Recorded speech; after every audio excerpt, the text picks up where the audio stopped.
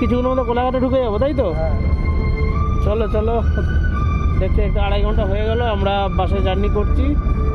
আর একটু পরে কোলাঘাটে ঢুকবো, তারপরে আমরা একটু ব্রেক নেবো, একটু টিফিন করবো।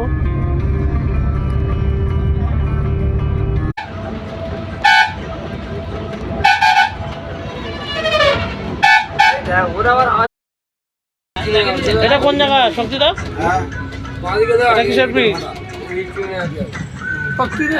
বলো বলো বলো, আটকে আছো কেন এখন? এদিকটা তো না, এদিকটা হ্যাঁ মুকেশ, এদিকে ইট ভাটা ভর্তি ইট ভাটা। হ্যাঁ বাম্পার নিচে নিয়ে এসেছিল ওই গাড়িটা। হ্যাঁ বিরিয়ানি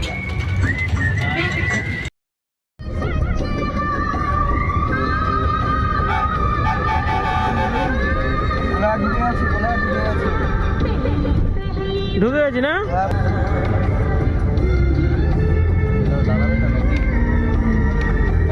দাঁড়াতে পারে, দাঁড়াবে বললো তো, দাঁড়াবে।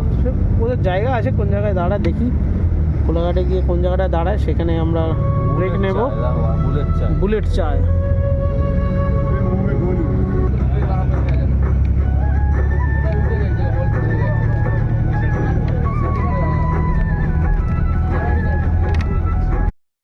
আমরা এখন কোলাঘাটে নেমেছি।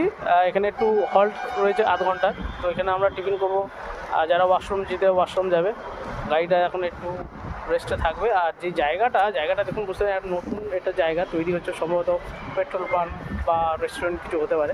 এখানে বেশ কিছু গাছ রয়েছে দেখতে পেলাম, তো চলুন যাই। খুব ভালো লাগছে গাছগুলো দেখতে, চলুন যাই, দেখাই আপনাদের। এইখানে একটা গাছ রয়েছে, এখানে প্রচুর গাছ লাগিয়েছে। আর সবচেয়ে চমকপ্রদ যে গাছটা আমি দেখতে পাচ্ছি এইটা, দেখুন দারুণ লাগছে গাছটা। আর কামিনী ফুল তো ভর্তি রয়েছে, দেবদারু, কামিনী ফুল। এই গাছটা দেখুন দারুণ লাগছে গাছটা, কিন্তু দেখছেন এই গাছটা আমি প্রথমবার দেখলাম। পুরো ছাতার মতন, উল্টো ছাতার মতন গাছটা, ভেরিগেটেড টাইপের, কিন্তু কী গাছ সেটা আমি জানি না। আগেও রয়েছে, প্রচুর গাছ রয়েছে, কাজ চলছে, এই দেখুন কাজ চলছে।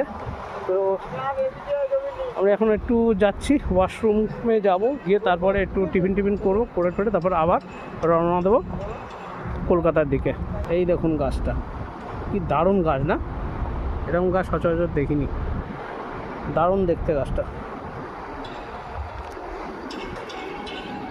দারুণ পাতা।